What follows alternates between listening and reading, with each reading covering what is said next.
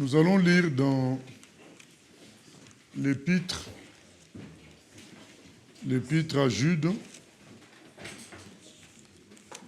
l'épître de Jude. C'est avant Exode, hein, pour ceux qui cherchent. Comme ça va faire un travail de recherche en même temps. Hein. Jude.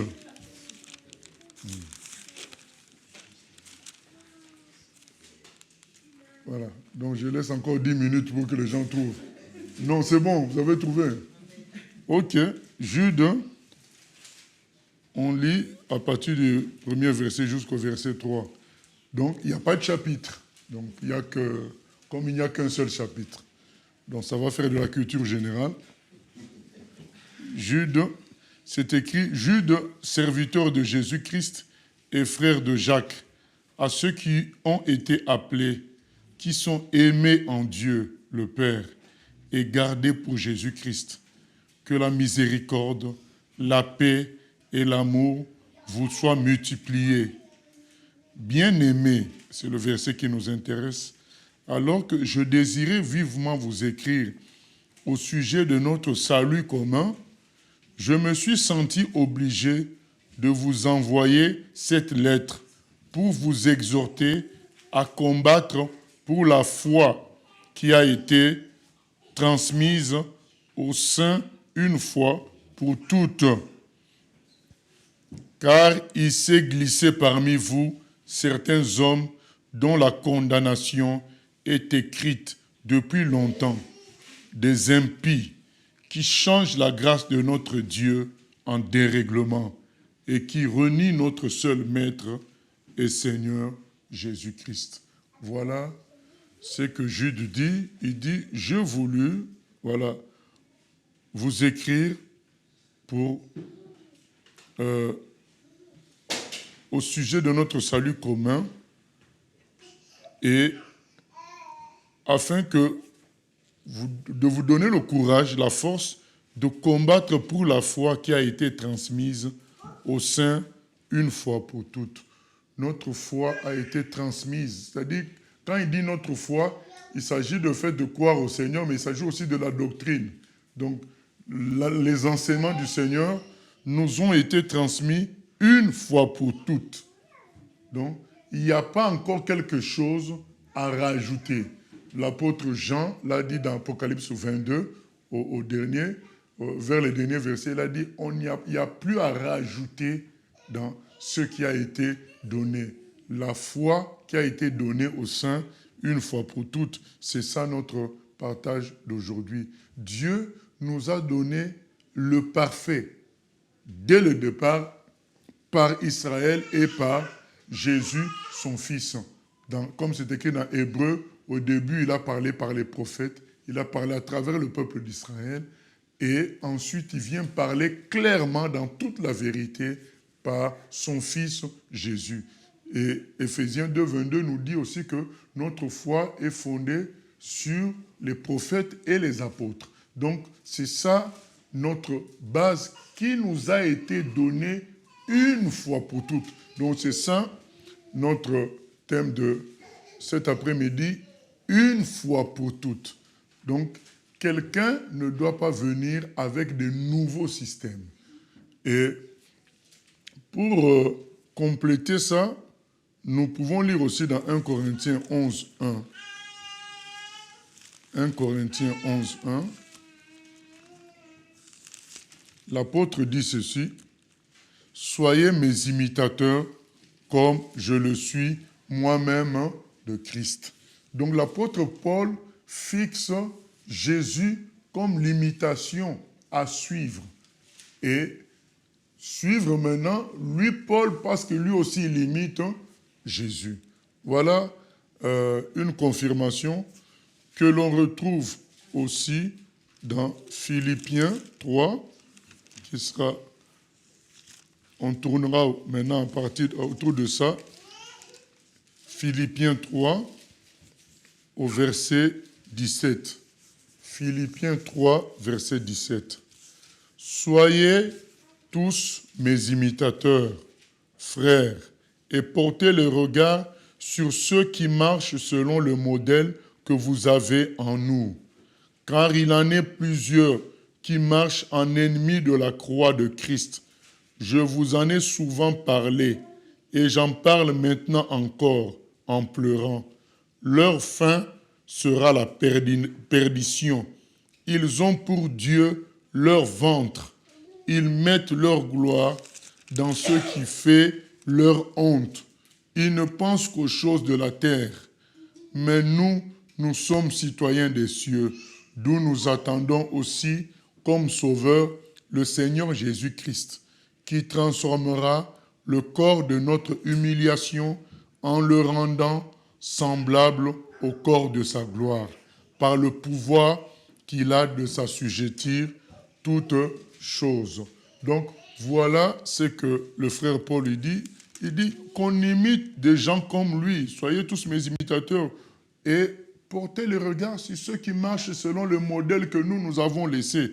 Donc, on n'a pas à imiter d'autres personnes, d'autres systèmes, mais à nous concentrer sur Paul, sur Jésus, sur Pierre, sur Jean, voir comment ils se sont comportés, quelles ont été leurs paroles, quelles ont été leurs prédications. C'est ça qui doit être notre façon de marcher et de travailler. Et pour clôturer dans la lecture des versets, nous allons lire tout simplement dans Genèse. Genèse, premier chapitre. Genèse, premier chapitre, verset 31. Donc le dernier verset du chapitre. Donc vous connaissez tous que Genèse, chapitre 1er, c'est la création. Donc au commencement, voilà, c'est ça. C'est le chapitre 1er. Dieu crée tout. Et vous vous souvenez qu'à chaque jour, quand il crée quelque chose, il dit qu'il vit que tout cela était bon. Bon, nous lisons ce qui clôture maintenant toute la création, verset 31. Dieu vit tout ce qu'il avait fait, et voici, c'était très bon. Ainsi, il y eut un soir et il y eut un matin, ce fut le 6e jour. Dieu, quand il crée l'homme, il crée les animaux. Donc, quand il finit la création, il est écrit que tout était très bon. Il y a quelque chose qu'on doit comprendre avec le système de Dieu. Comme lui-même le dit, ça ne correspond pas au système des humains. Vous savez, quand on regarde la technologie, c'est que quand les années passent, plus la technologie devient meilleure. Donc, plus les années passent, plus les télévisions deviennent extraordinaires.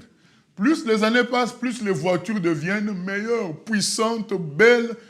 Dans l'œuvre de l'homme, l'amélioration se fait avec le temps.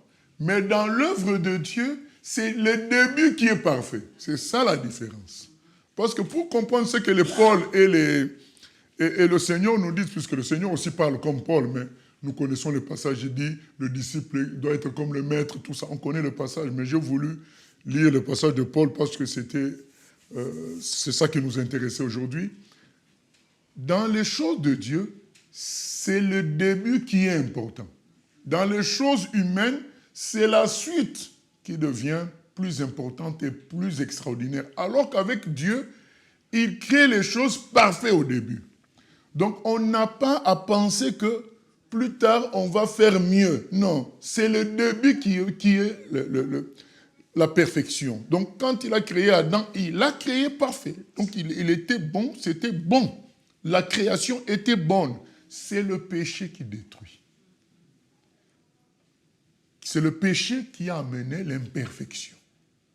Mais alors que dans les choses humaines, plus le temps passe, plus l'homme améliore les choses. Au contraire, c'est le temps et le travail de l'homme qui amènent la perfection dans les choses humaines. Mais dans les choses de Dieu, c'est lui-même Dieu qui, dès le premier jour, il crée quelque chose de parfait. Dès le premier jour. Donc lui, c'est pourquoi, bien aimé, nous devons prendre au sérieux la Bible. Donc ça veut dire que Quand Dieu a donné la Bible, il ne s'est pas trompé. C'est parfait dès le départ. Parce que c'est comme ça que lui fonctionne. Il crée le parfait dès le départ. C'est comme ça qu'il a créé.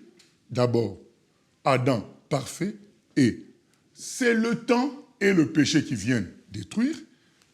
Il a amené Jésus, le Fils de Dieu, parfait, qui a produit des disciples. Dès le départ, il les a produits bien, mais c'est le temps et le péché qui vient toujours changer. Donc, quand Jésus produit l'Église, vous voyez dans Actes des Apôtres, l'Église, elle est parfaite.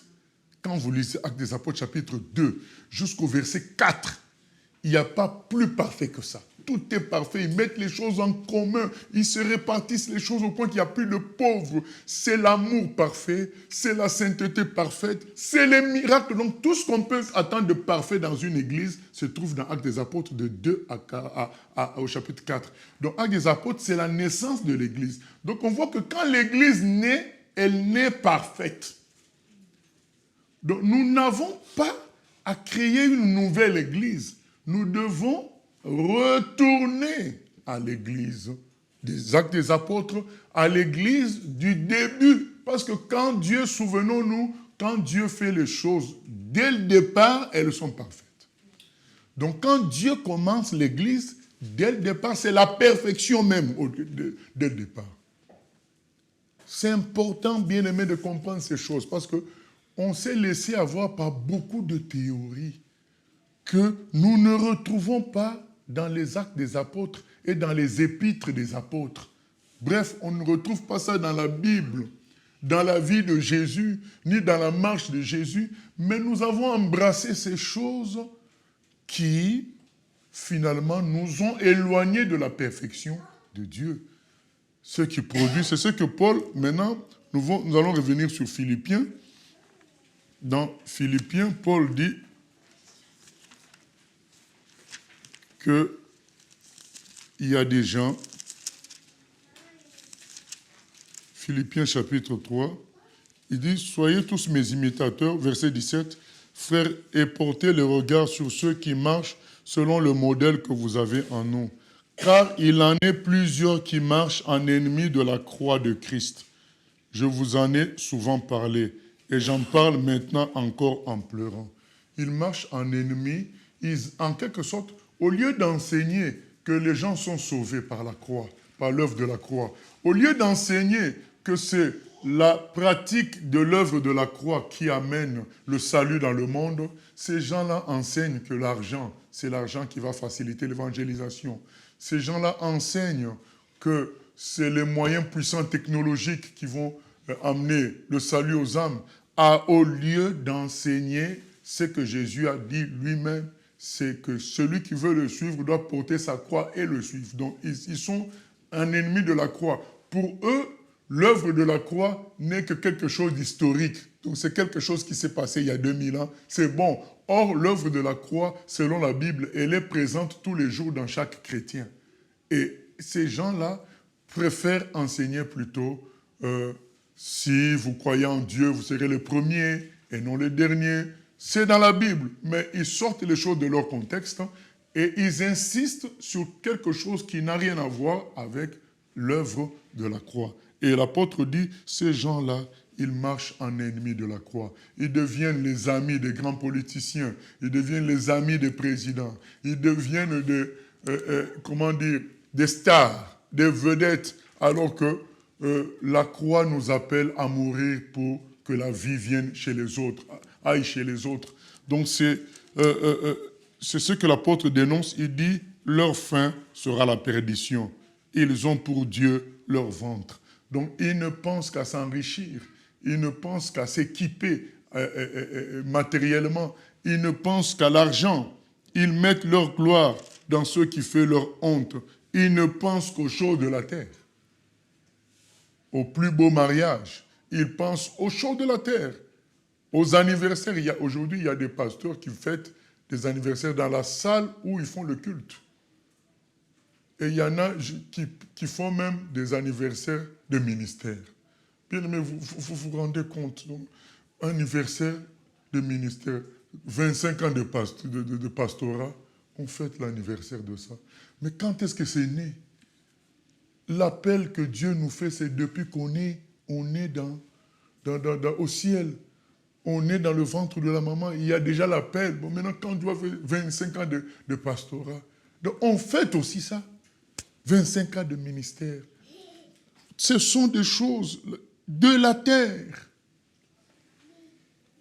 L'apôtre dit, nous sommes citoyens des cieux, d'où nous attendons aussi comme sauveur le Seigneur Jésus-Christ.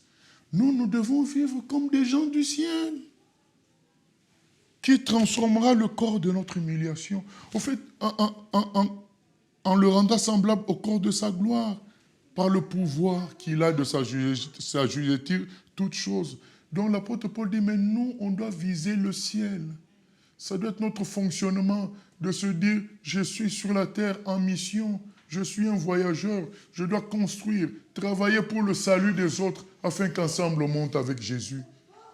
Le jour de l'enlèvement, afin qu'ensemble nous nous retrouvions au ciel. C'est ça notre fonctionnement. Notre fonctionnement n'est pas de chercher la gloire des choses terrestres.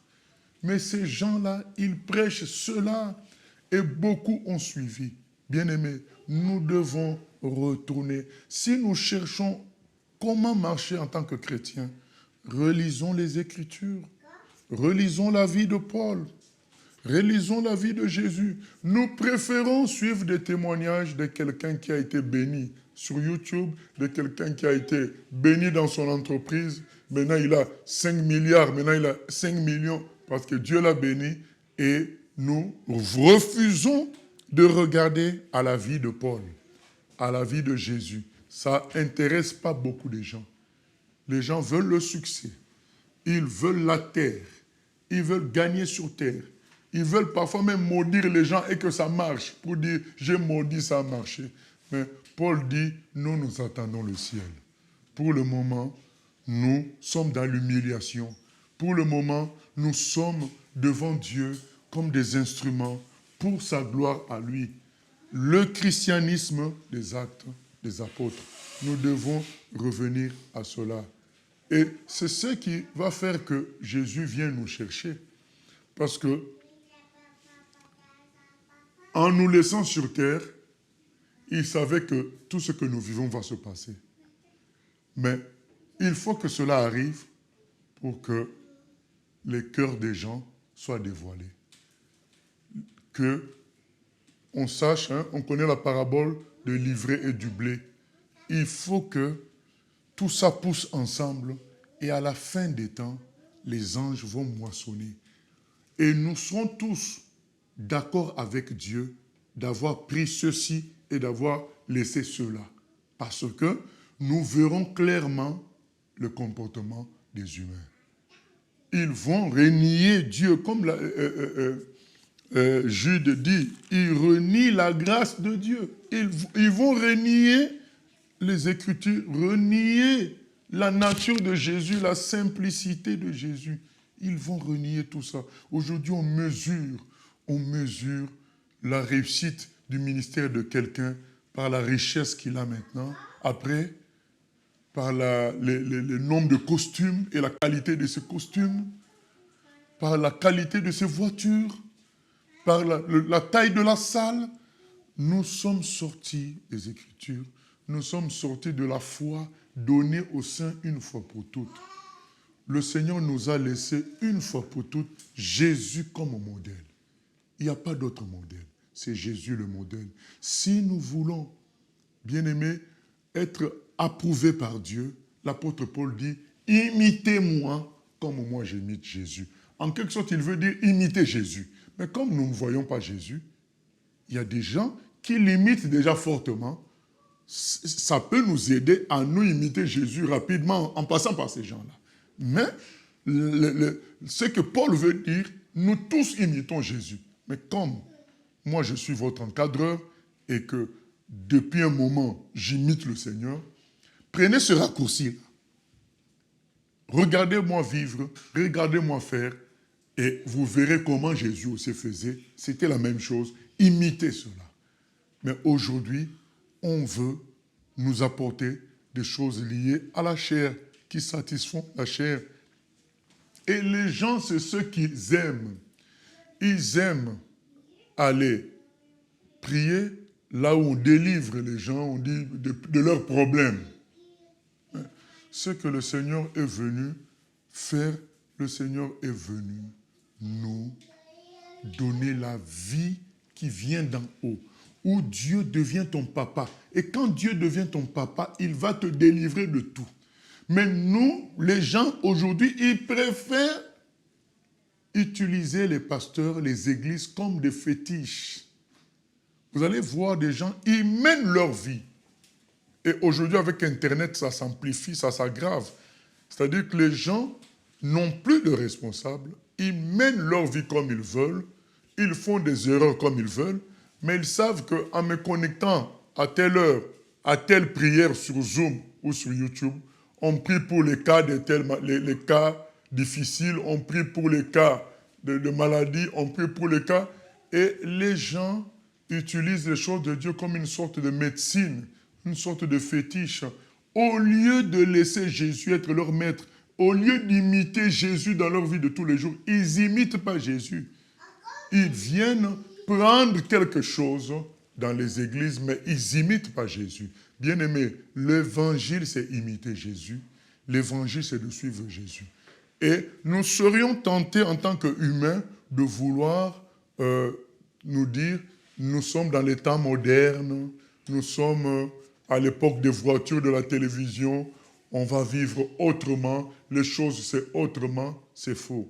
Les choses parfaites, ce sont les choses qu'on a reçues une fois pour toutes par Jésus, les apôtres et les prophètes de l'Ancien Testament. Nous les avons reçues une fois pour toutes. C'est ça que nous devons imiter. Regardez bien, toutes les fausses doctrines viennent du fait que les gens ont voulu rajouter quelque chose. Les adventistes, c'est Ellen White qui a voulu rajouter quelque chose. Les Mormons, Joseph Smith a rajouté quelque chose, une révélation qu'un ange lui aurait donnée. Les branhamistes, ils ont rajouté le message qu'un ange donnait à Abraham. Les musulmans, ils ont rajouté le message qu'un ange donnait à Mohamed. Vous allez vous rendre compte que toutes les déviations viennent du fait que les gens prennent la Bible et mettent à côté de quelque chose de nouveau qu'ils rajoutent à un moment donné.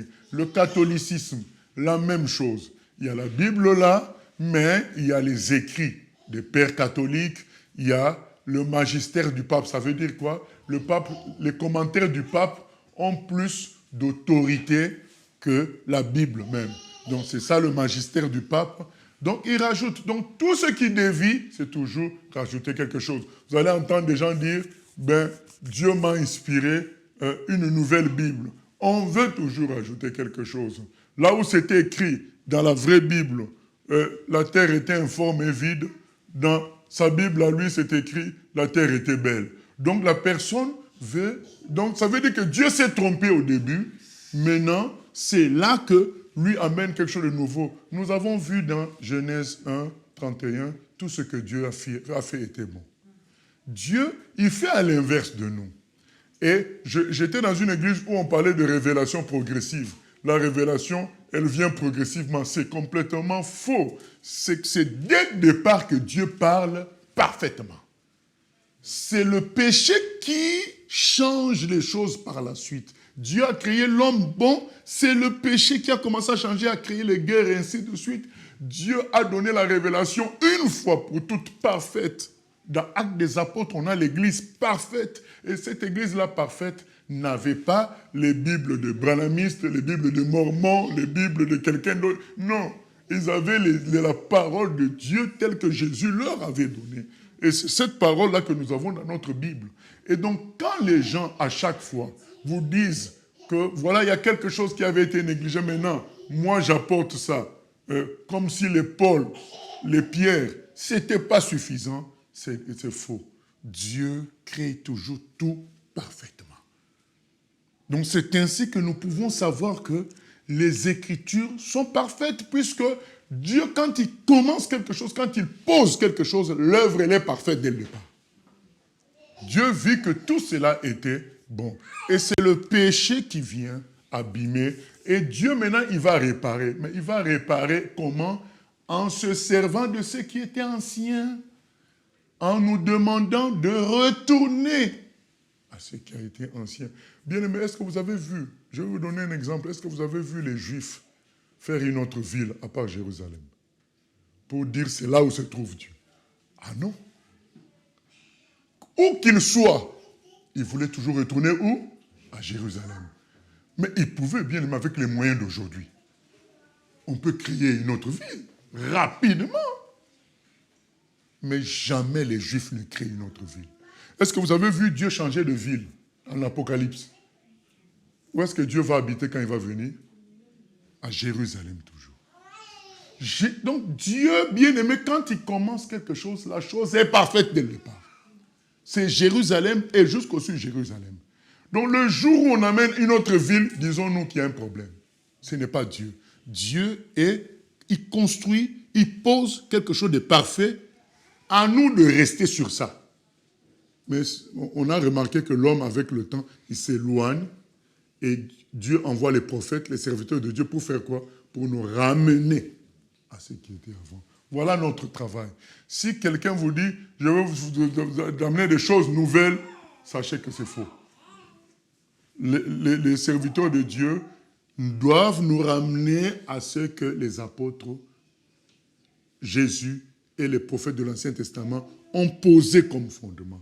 Donc nous, notre travail à chaque fois, c'est revenir à ce qui avait été fait, parfait, dès le départ. C'est ça l'exhortation, c'est de se concentrer sur la Bible.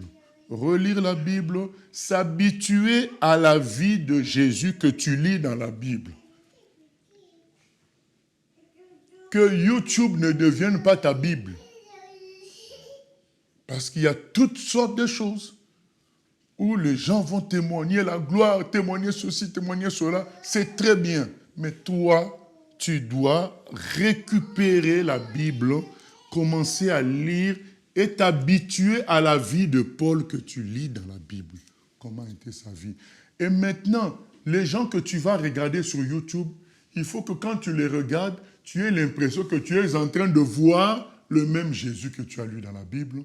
Tu es en train de voir le Paul que tu as lu dans la Bible, dans la personne. Moi, aujourd'hui, je suis des choses, quand je vois l'histoire de John Patton dans l'île d'Aniwa. Ah ben oui, ça, ce sont des gens qui ont vécu comme Jésus, donc quelqu'un qui quitte l'Occident pour aller vers l'Australie, là-bas, très loin, plus loin que l'Australie, pour prêcher l'Évangile et qui commence à creuser un trou pour que ces gens-là aient de l'eau dans un puits. Les gens l'abandonnent, il continue lui-même tout seul alors que ce n'était pas un homme en forme physiquement, jusqu'à ce que l'eau jaillit et les gens se convertissent parce que c'est la première fois pour eux de voir que l'eau sort de la terre. Ça, ce sont des gens, quand tu lis son histoire, tu dis, ça ressemble à Paul. Voilà.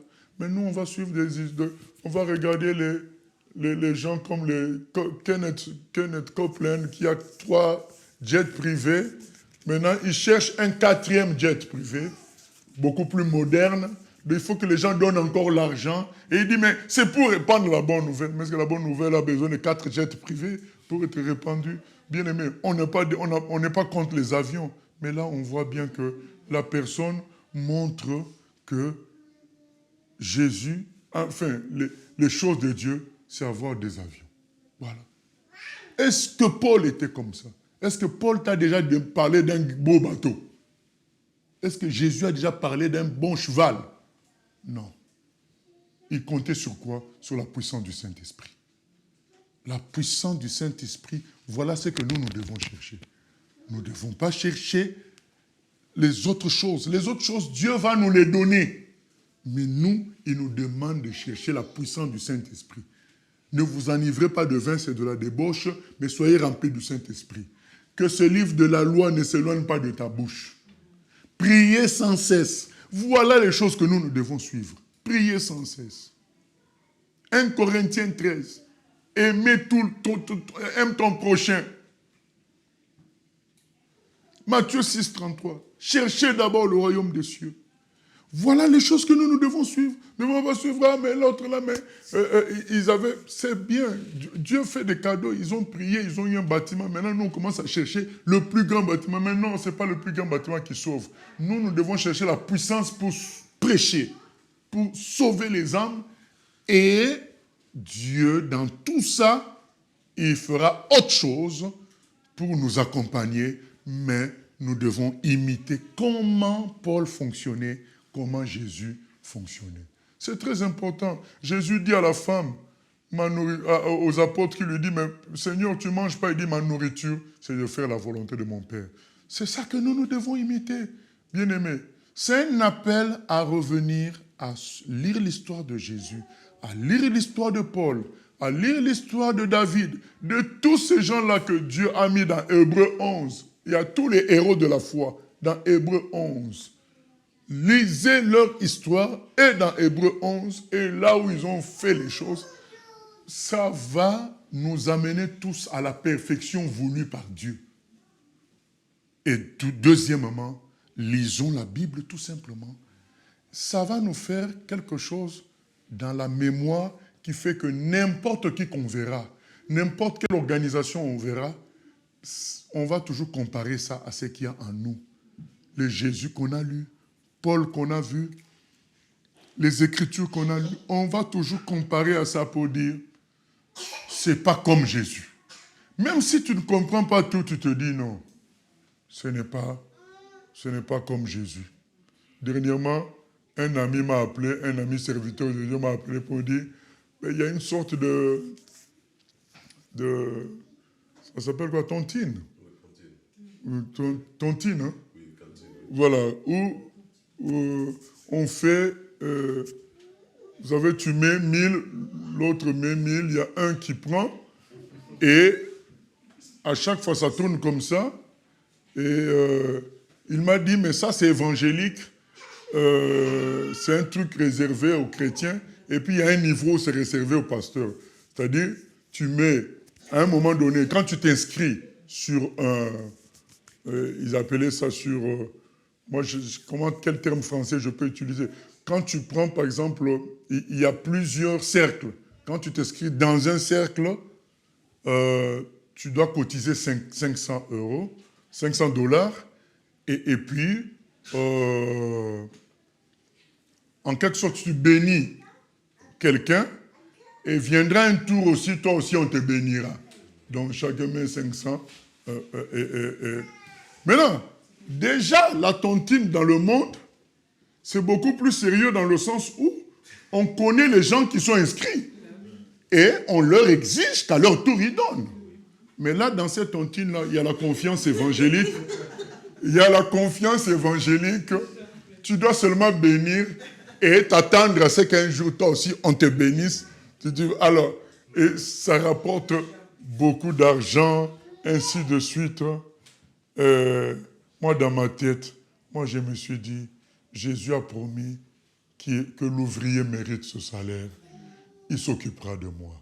Je n'ai pas besoin de ce genre de choses. Voilà. Mais je l'ai dit tout simplement, tu sais, c'est la troisième fois que j'entends parler de ce genre de truc. Va bien te renseigner, tu verras qu'il y a une arnaque. Parce que nous, à l'école, on étudie ça s'appelle la pyramide de Ponzi. Donc ça finit toujours par se casser. Voilà. Donc c'est pour vous dire toutes les propositions qu'il y a dans le monde. Tu te dis, c'est une tontine évangélique.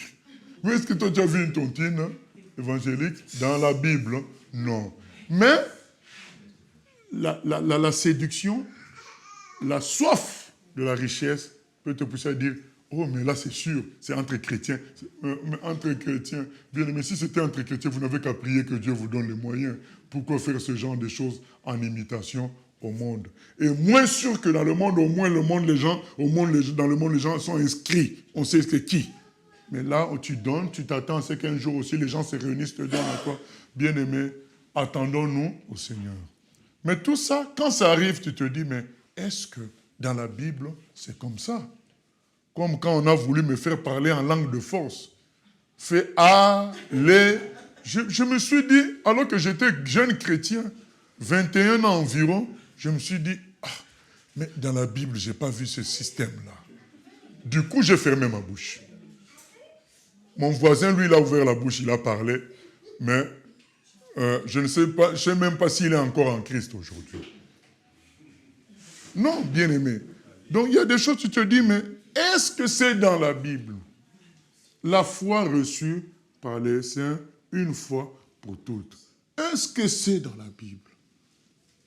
J'ai demandé à visiter les prisons, donc on m'avait donné le contact de quelqu'un qui est le responsable des aumôniers évangéliques de toute la France. Lui, s'il dit qu'on te prenne, que tu ailles dans une prison, on va te prendre directement. Première question, est-ce que vous faites partie d'une fédération? Je dis, mais quel est le lien entre aller visiter un prisonnier, lui apporter la parole, et une fédération? Donc quand tu penses à tout ça, tu dis, mais on est où? On est où là, comme les Ivoiriens disent?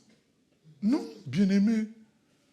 C'est que tu te dis, mais est-ce que c'est dans la Bible que j'aille parler de Dieu, il faut que je fasse partie d'une fédération? Oui, mais puisqu'il y a beaucoup d'abus, il y a des... Oui, mais bien-aimé, moi je connais beaucoup de gens qui sont dans les fédérations, qui abusent vraiment gravement. On en a un à Rouen qui est même, qui est président d'une fédération. Mais on connaît sa vie. Donc, tout ça, c'est bien aimé quand on commence à s'éloigner des Écritures. Voilà où ça mène. Revenons dans les Écritures. Est-ce que vous n'avez pas remarqué qu'il n'y a plus de miracles? Parce qu'on s'est éloigné. Les miracles qu'on entend à gauche à droite, c'est souvent dans des endroits comme en Arabie Saoudite, les chrétiens qui vivent dans des pays où il n'y a pas vraiment le christianisme, c'est eux qui vivent des miracles. Mais là où il y a le christianisme, là où on parle de miracles, nuit et jour, on n'en a pas. Les gens viennent témoigner. Ah, mais j'étais à l'hôpital, ça s'est bien passé. Ah, mais tu t'imagines le nombre de païens pour qui ça se passe bien à l'hôpital? Ça, c'est pas un miracle. Bien-aimé, c'est parce qu'on s'est éloigné des Écritures. On s'est éloigné de la base, de la foi reçue par les saints, une fois pour toutes. Si nous revenons, comme Jésus a dit, je vous envoie, ne prenez pas de l'argent. Si nous revenons à tout ça, c'est là qu'on va voir des miracles. Tu pêches un poisson et dans le poisson, tu vois une pièce d'or. Comme Jésus a dit à Pierre, va pêcher le poisson, va pêcher, et dans le poisson, tu verras une pièce d'or, tu payeras l'impôt. Mais pourquoi on ne peut pas vivre ça? Parce qu'on fait très bien nos calculs. Et parfois, on ne fait pas certaines missions par manque de moyens. Ce n'est pas normal.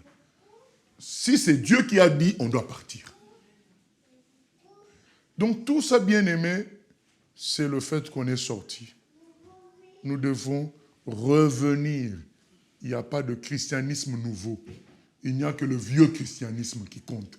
C'est celui-là qu'on doit récupérer. Tout ce que Dieu a fait dès le départ est bon. L'église de Actes des Apôtres, chapitre 2 jusqu'au chapitre 4, c'est l'église parfaite. C'est elle qu'on doit imiter. Bien aimé, il y en a aussi qui disent n'importe quoi. Donc, pour eux, puisqu'il n'y a pas la guitare dans les Actes des Apôtres, donc on ne peut plus jouer la guitare. Moi, je leur dis, mais il n'y a pas YouTube non plus. Donc, ils sont forts sur YouTube, mais ils disent, on ne peut pas utiliser la guitare, on ne peut pas utiliser la batterie, mais pourquoi vous utilisez YouTube? Donc, arrêtez aussi avec YouTube. Donc, ça, c'est des excellents. Le bon sens nous fait comprendre quand même qu'il ne s'agit pas de cela. Nous parlons de la doctrine. Il s'agit pas, la Bible dit qu'on puisse louer le Seigneur avec toutes sortes d'instruments. Donc, ce n'est pas un problème. Tout ça, c'est quand on dit revenir aux Actes des Apôtres, ça ne veut pas dire ne plus utiliser une voiture. Voilà. C'est carrément avoir la foi des apôtres du début, comptant sur Dieu pour tout, se servant que de la Bible, la parole de Dieu. Voilà, pour clôturer, je veux dire, tout ce que Dieu a fait était bon. Tout ce que Dieu a fait était bon, et c'est dès le départ. Dès le départ. Vous n'avez pas remarqué que le bébé, c'est l'homme le plus spirituel. Voilà. Donc, c'est celui qui est agréable. Donc, un bébé, quand il naît, il fait des problèmes à personne. Il fait des problèmes à personne. Il ne sait même pas qu'il est nu. Il est content. Il joue avec la couche. C'est l'état d'Adam. Adam, tant qu'il était parfait, il ne savait pas qu'il était nu. C'est quand il est devenu imparfait qu'il a su ça. Et donc, le bébé nous montre ce que Dieu fait. Il fait quelque chose de parfait et c'est le temps qui abîme ça. Et donc nous devons... Et Jésus a dit quoi? Si vous voulez aller au ciel, vous devez redevenir qui? Bébé encore. Voilà. Parce qu'au début, Dieu fait bon. C'est après, ça se gâte. Donc que personne ne nous entraîne vers des trucs nouveaux, des habitudes nouvelles. Récupérons les habitudes, les actes des apôtres, de la Bible. Voilà ce que Dieu veut pour nous. Et que la Bible seule soit notre fondement de foi et de fonctionnement au nom de Jésus. Amen. Seigneur, nous venons prier que tu nous aides à comprendre que le début avec toi, c'est ça qui est parfait. C'est pourquoi même dans ta parole, il est dit, souviens-toi d'où tu es tombé. Repens-toi et pratique tes premières œuvres, Seigneur. Tu nous demandes de pratiquer les premières œuvres, parce que quand on se convertit, ce sont ces premières œuvres qui sont les plus parfaites. Il est écrit aussi, Seigneur, dans ce même passage, tu as abandonné ton premier amour. Donc on nous exhorte toujours à revenir à ce qui était dès le départ, parce que dès le départ, ce que tu fais est parfait. Aide-nous à redevenir simples comme avant, Seigneur, à aimer la Bible comme avant, à aimer la prière comme on voit dans les Écritures, à vivre comme dans les actes des apôtres. À toi la gloire, la louange, au siècle des siècles. Amen.